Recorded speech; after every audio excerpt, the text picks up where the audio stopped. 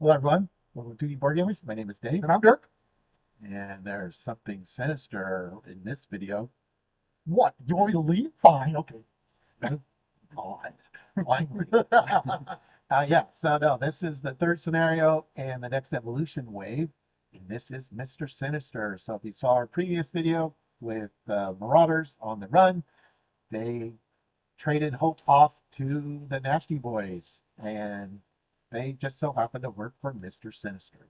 So let's take a look at this scenario.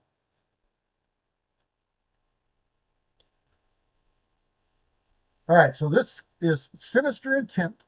So for this one, we're going to want to grab Mr. Sinister 1 and 2. And if we're playing Standard, if we're playing Expert, we're going to grab 2 and 3. We are going to grab the Mr. Sinister, the Fright, Super Strength, and Telepathy cards. We're going to grab Hope Summers, and we're going to grab a Standard encounter set. And we've got another video that goes through all of those, so you can look at that to see kind of which ones are those. And you're going to want to grab one modular encounter set, and they suggest the Nasty Boys. Okay. Right. So for setup, we're going to want to set aside the three cards: the Flight, Superpower, and Strength, or Super Strength and Telepathy. That's what I meant. And you'll set aside their encounter sets, and then you're going to put Hope Summers into play under the first player's control. Okay. And then side 1B is Sinister Intent. Remove one random stage 2 from the game, then advance to a random stage 2A. So we actually have 3 stage 2s, A's.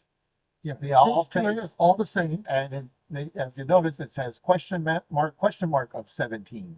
So when you shuffle, you're not going to know which one's which. It's side 2B that's unique. Yep, I like how they did that. So let's make sure I didn't mess the order up. So the first 2B is this one. So 2B is taking off. So this is comes in with one threat per player. It has a cap of or a threshold of 5 threat per player, and it gets 2 threat per player per round. When you reveal this, you're going to attach the Flight attachment to Mr. Sinister, and you're going to shuffle the rest of the Flight encounter set into the encounter deck. And then whenever this one's completed, you're going to advance to the other stage 2A. So if you can, if you cannot, then you're going to advance to stage 3A. So you'll have 2 of the 2As that you're going to go through, and then you'll have the third one here. Okay. That was for Flight, right? That was Yeah. Flight. Yeah. So Flight. So this is the attachment it's talking about.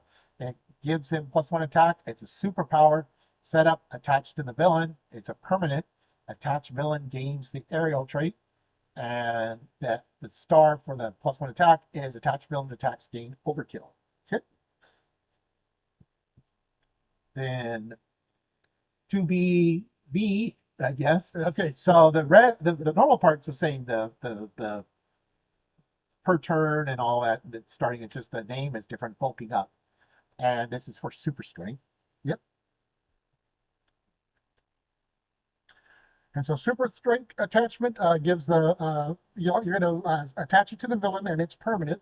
It gives them +1 attack, and they also gain the brute trait and steady. And steady carriers, of course, require 2 of either stunned or confused before they're effective. All right, and then 2BC is the same except for it's called focusing in, and this gives him the telepathy. Right. And the telepathy attachment, again, you attach it to the villain during setup. It's permanent. It gives them +1 scheme. They gain the psionic trait, and they gain retaliate 1. Okay. Now, this is the first scenario that deals with a new module that is Hope Summers. And so we've got Hope Summers here. This is a 2-card module, but she is Thwart of Star, Attack of Star, 3 hit points. She's Psionic X-Force X-Men, and setup, the first player controls Hope Summers. Hope Summers does not count against your ally limit. Hope Summers' base thwart and base attack is equal to the thwart and attack of your hero. So it's kind of similar-ish to Mystique in a way, except for it's a Mystique on your side. And if Hope Summer ever leaves play, the players lose the game. So we have an additional loss condition. But yeah, if you're playing someone with some really high basic abilities, then she's pretty powerful. Yeah. Now, what's really cool though is not only that, plus any attachments that you put on her stay with her. So if you happen to have attachments that can attach to her, like you got a leadership player that's got a few attachments and a protection player, those can both be on her as she's passed around if they happen to be in your hands whenever you've got her. So you can attach those to her, and those are in addition to whatever she gets, her stat boosts. Yeah, yeah. So you could Voltron her, and because she doesn't take consequential. And yeah, like so the main Voltron aspect obviously is leadership, but aggression's got some pretty good ones too. Yeah, aggression got some good ones, and protection's got some decent ones too, Yeah. because you can buff up her like the energy hit points and stuff. Yeah, the energy heal. Yeah. But yeah, it doesn't. You don't have any hit point bumps for it? No. Okay, I thought you did. All right. Then we get to the villain himself, of course. All right, so Mr. Sinister. So his phase one here. So his starter side, if you're playing standard, he schemes for 2. He attacks for 1. He is a genius, and as a force response, after a status card is placed on him, you place 1 threat on the main scheme, and he's got 14 hit points per player. All right. And stage 2, which is for standard, or the first stage for expert. 2 scheme, 2 attack. Place 1 threat per player on the main scheme. Place 2 threat per player instead if Mrs. Sinister has fewer than 2 superpowers. So if you're starting an expert, you're going to be placing 2 threat per player. Yep. If he's already got 2 of the superpowers out, in your standard or something, then you're only placing 1. Force response after a status card is placed on Mr. Sinister, place 2 threat on the main scheme. So that's tough, and you can imagine some of his treasury cards are going to give him tough. But yeah, if you're playing somebody who likes to stun and confuse, well, you're adding more threat. Yep. Which we've had to deal with that before. Yep. All right, in his phase 3, so this is the final one if you're playing expert, and schemes for 3, he attacks for 2. Whenever he's revealed, you're going to put 2 threat on the main scheme, 3 instead if he has fewer than 2 superpowers, so if you defeat him quickly. And then as a force response, whenever he gets an attachment, a status card, he gets 3 threat added to the main scheme instead.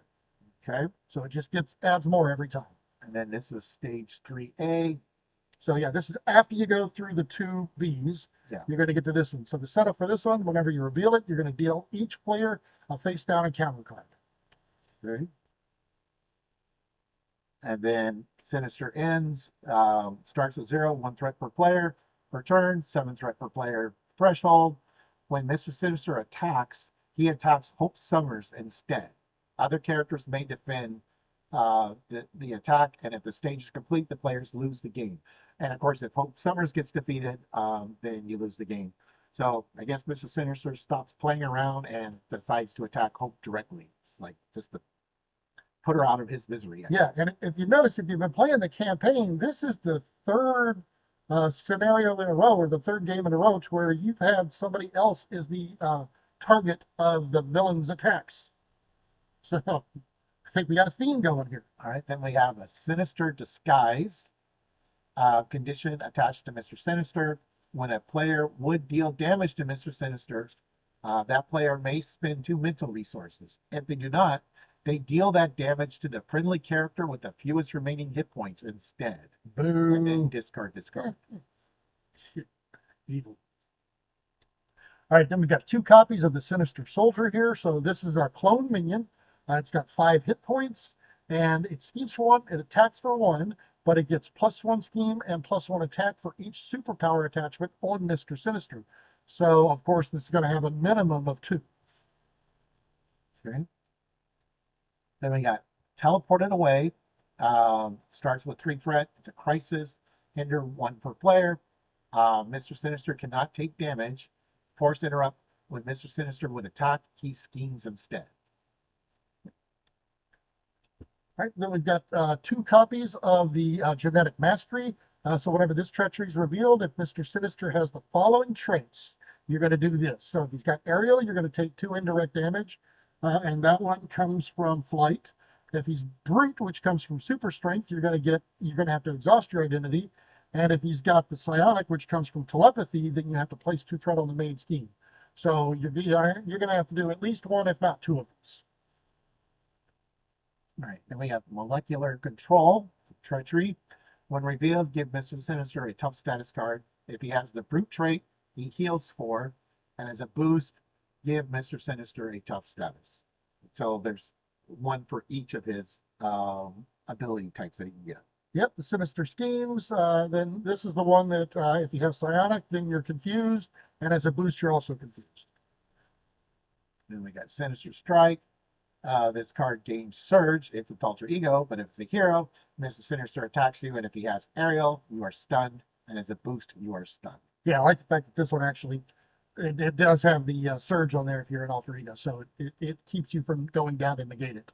Okay, so now Hope is like a required module, and she's one of those where like we like to randomize modules. So if Hope Summers is randomly chosen, then we will choose another module as well because Because there's only 2 cards. it's only 2 cards and she's been, you got a beneficial card. Yeah. Although there is a loss condition, but usually if it's a scenario that's not designed for Hope, they're not targeting Hope specifically. So, she would just, so the odds of her dying aren't very good. But the other half of her encounter set is this card, Captive Hope. It starts with 3 threat per player. It's acceleration token. Hope Summers cannot ready, and when revealed, you exhaust Hope Summers. So she is turned off until you get rid of this side scheme. Yep. Okay. Then the next cards are cards that are the rest of the flight, super strength, and telepathy that are required. So here's the flight. Okay, so we're going to start off with flight here. So the first card we've got is Aerial Bombardment. So this is an attachment attached to the villain. It gives them a special on their attack. And so for the special, they get +1 attack, and they ignore the retaliate keyword while attacking a non-aerial character. So that's, a lot of your alter egos are non-aerial, but you're not going to get attacked. But yeah, but this includes allies as well. And as a hero action, you can exhaust your hero and spend 2 mental resources to discard it. Okay. Then the next part of flight, and this is relevant, if you're playing with the flight module outside of Mr. Sinister as well. So it's an attachment on reach. It's a condition attached to the villain. The villain cannot take damage unless the character or attack has the aerial trait or the attack is ranged. Hero action, exhaust your hero, spend 2 energy resources to discard this card. So yeah, if you're playing an aerial character like Angel or the upcoming Wonder Man or something, you have no problems. But if Falcon for that matter. Yep. But if you just have range attacks like Nick with his guns, in his kit, Nick Fury wouldn't have any problem because he'll just shoot him out of the air. All right, then we've got the High Ground Treachery. So whenever this one's revealed, you're going to discard each tough status card from each friendly character. So that's any of them on the table. And then the players as a group take 2 indirect damage and 4 instead if the villain has the brute trait as well. And then if this one comes out as a boost, if the villain's attacking, this attack gains piercing. And there's 2 copies of this in the deck. All right. Or in the set. So now we're going to do the rest of the cards for super strength. So we got Impervious. It's attached to the villain. Reduce the amount of damage the attached villain takes from each attack by 1. And you can spend 2 strength resources. Give the villain a tough status card to discard this card. And hopefully you've got piercing, so it's not as bad. All right, so the Thrown Out attachment gives the villain +3 attack. You do attach to the villain, they get ranged, and after this villain attacks, you'll discard the card. So they get +3 for a single attack. So it makes for a big alpha strike. Okay. Then we got 2 copies of I'll Take That. Discard the upgrade you control with the highest cost instead if the villain has the psionic trait. If no upgrade was discarded this way, this card gains surge. Now, super strength gives them brute. Yeah, super strength gives them brute. Telepathy gives them psionic. Okay, so yeah. So if you're playing with Mr. Sinister specifically and telepathy is out, then this card is. Yes, or if you happen to get 2 of them in there. Yeah, these each have, I think, at least 1 card that does that. It works. Or you're playing up against a villain who has psionic naturally. Yeah. All right, then now speaking of telepathy. All right, so first one we got here is the manufactured drama obligation. So this one, supports you control cannot ready. I hate this one. So when revealed, you're going to exhaust each support you control, and if none are exhausted this way, the card gains surge. So it's going to exhaust everything, and you have to get rid of it before you can use them again. But as an alter ego, well, it's assuming most supports require you to tap. I don't think all of them. But as an alter ego action, you're going to exhaust your identity and discard one card from the top of your deck for each support you control to discard. So that could be quite a few cards milled, depending on what your build is like. And then Maria especially. All right. So next we have Sowing Discord. Allies you control cannot ready. When revealed, exhaust each ally you control. If no allies were exhausted this way, this card gains surge. Alter ego action. Spend 2 mental resources to discard this card. I dare you to call me Peaches again. yeah, yeah. It looks like the posse's got some little infighting going There's on. a little fighting in the posse here. All right. Then the last card we've got from Telepathy set is the One Step Ahead Treachery. There's 2 copies of this. Whenever it's revealed, you're going to discard a random card from your hand. I hate this too. Or 2 random cards instead if the villain has aerial. So this one could be really bad. Or his angel deck. Oh, yeah. Which I think we were playing this one actually whenever this came out. But if it comes out as a boost, if the villain is attacking, their attack gains overkill. So again, this one only is affected if the villain is attacking specifically. So up until this point, all the cards we've shown were required. Yep. Some of them may not show up because you only do 2 of the 3 superpowers. But the suggested module was the Nasty Boys, which the Marauders, passed hope over to in the previous scenario. So we got Gorgeous George here. 1 scheme, 2 attack, 4 hit points. He's a Nasty Boy. Teamwork, Nasty Boy. Force interrupt. When Gorgeous George attacks you, exhaust a character you control, and as a boost, exhaust a character you control. And I do think all the Nasty Boys here have Teamwork Nasty Boys, I believe. So we got Hairbag here, who they scheme for 1, they attack for 2, got 3 hit points.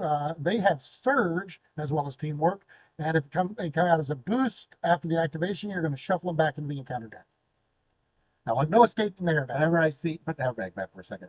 So I've always, whenever I see this card, I always think of the X-Men episode where Wolverine meets Hairbag for the first time. He goes, "Oh man, get out of my way, Hairbag. Hey, how did you know my name was Hairbag?" Okay, so next we've got Ramrod here. So Ramrod schemes for 1, attacks for 2, has Retaliate 1, 4 hit points, and their attacks gain piercing. And if the villain is attacking, the attack gains piercing as well as a boost. All right, then we got Ruckus. 2 scheme, 1 attack, 3 hit points, Nasty Boy. It's got the teamwork, of course. When revealed, stun each character you control, and as a boost, you are stunned. Okay, Slab has 1 scheme, 1 attack.